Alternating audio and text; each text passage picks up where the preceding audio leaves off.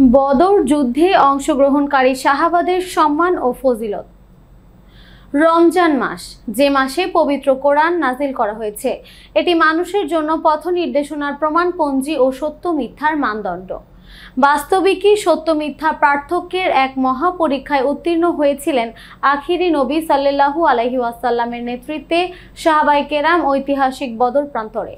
তাই সেদিনকে ইয়াউমুল ফুরকান বা সত্য মিথ্যার পার্থক্যের দিন বলা হয়।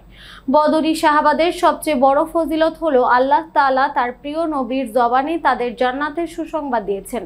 তিনি বলেন, হে বদর যুদ্ধে অংশগ্রহণকারী আমার সাহাবারা, তোমাদের জন্য জান্নাত অবধারিত। অন্য এক হাদিস থেকে জানা যায় বদরি সাহাবাদের জন্য জাহান্নাম হারাম। আরও এক হাদিস রয়েছে, আল্লাহ তাআলা তাদের আগে পরের সব গুনাহ ক্ষমা করে দিয়েছেন। আল্লাহ তাআলা বদরি সাহাবাদের নাম এবং তাদের আলোচনার মধ্যে অসংখ্য বরকত রেখেছেন।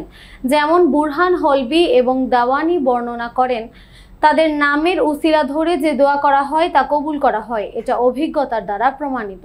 অনেকে বলেন, বহু মানুষ বদরি সাহাবাদের নামের বরকতে আল্লাহর ওলি হয়েছেন।